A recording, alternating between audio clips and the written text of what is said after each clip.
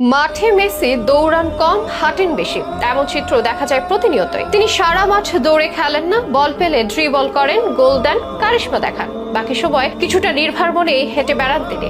এমনকি এক পরিসংখ্যানে দেখা গিয়েছে, খেলতে নেমে ম্যাচের 83% সময় হাঁটাহাঁটি করেই পার করে দেন লিওনেল মেসি। অর্থাৎ গড়ে 90 মিনিটের ম্যাচে মাত্র 15 মিনিট দৌড়ান আর্জেন্টাইন এই অধিনায়ক। তবুও তিনি সবার সেরা। এর কারণ মেসির হাঁটার মধ্যেও আছে দারুণ এক ফুটবলীয় কৌশল, যে কৌশলে হেঁটে প্রতিপক্ষকে ঘায়েল করেন মেসি। বিভিন্ন বিশ্লেষণে উঠে এসেছে সে চিত্র।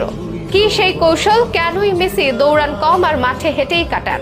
ঠিক কোন রহস্য লুকিয়ে আছে ফুটবলারের এই সুপারস্টার হাঁটাহাঁটিতে? জানাবো সেটার বিস্তারিত।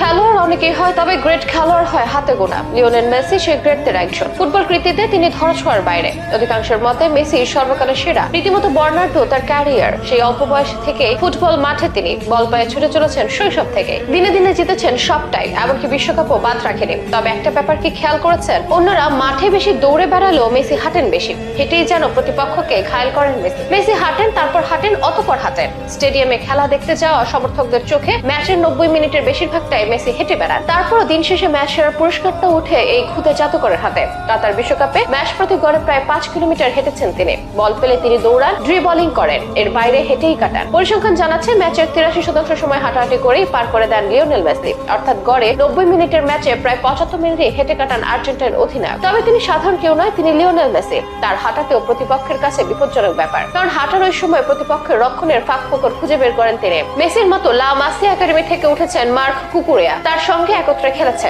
নিয়মিত অনুশীলন করেছেন অনেকটা সময়। তিনি এক সাক্ষাৎকারে বলেন, ম্যাচে আপনি যখন দেখেন মেসি কেবল হাঁটছেন, তখন মূলত তিনি সবকিছু দেখছেন আর ফাঁকা জায়গা খুঁজছেন। এরপর যখন তিনি বল পান, তখন তার মনের সব তথ্য থাকে এবং মনের মধ্যে থাকা সেই ফাঁকা জায়গা দিয়ে অন্য দলকে ঘায়েল করতে তৈরি হয়ে যান। এটাই মেসির বিশেষত্ব। বিশ্লেষকদের মতে মেসি যখন হেঁটে বেড়ান, তখন অনেকের হয়তো মনে হতে পারে খেলাটা পুরো মনোযোগী নেই তার। কিন্তু হন্টনরত মেসি প্রতিটি ম্যাচে আর্জেন্টিনার সেরা খেলোয়াড়। ওই হাঁটাই মেসির সবচেয়ে বড় কৌশল। এই ব্যাপারে মেসির সাবেক কোচ কিংবা গুরু পেপ গার্দিওলার একবার মন্তব্য করেছিলেন। পেপ বলেছিলেন, মেসি হাঁটার সময় ডানে পায়ে তাকায়, প্রতিপক্ষের দুর্বলতা খুঁজতে থাকে। মাঠের পুরো মানচিত্রটি সে মাথায় নিয়ে নেয়। তখন সে জানে কোন দিক দিয়ে কোন প্রতিপক্ষকে ঘায়েল করতে হবে। একবার ক্লার্ক মিডিয়ায় এক সাক্ষাৎকারে খোদ মেসির কাছে জানতে চাওয়া হয় এই ব্যাপারে। কেন বেশি হাঁটেন সে প্রশ্নের জবাবে মেসি বলেন, যখন আমি হাঁটি প্রতিপক্ষের অবস্থান বিশ্লেষণ করি, কিভাবে আমরা দাঁড়িয়ে আছি দেখি। আমি জিপিএস, পরিসংখ্যান ও ডাটা নিয়ে খুব বেশি মনোযোগ দেই না। আমি একটা ম্যাচে কতটুকু দৌড়ালাম এটা নিয়েও কখনো ভাবি না। ফুটবল বিশারদরা মনে করেন মেসি মাঠে অলসতার জন্য হাঁটে কিংবা সবসময় দৌড়ানোর জন্য ওর শরীর ফিট নয়, এরকম নয়। সে হাঁটে কারণ সে হাঁটার মাধ্যমে চিন্তা ভাবনা করে, প্রতিপক্ষ থেকে কয়েক ধাপ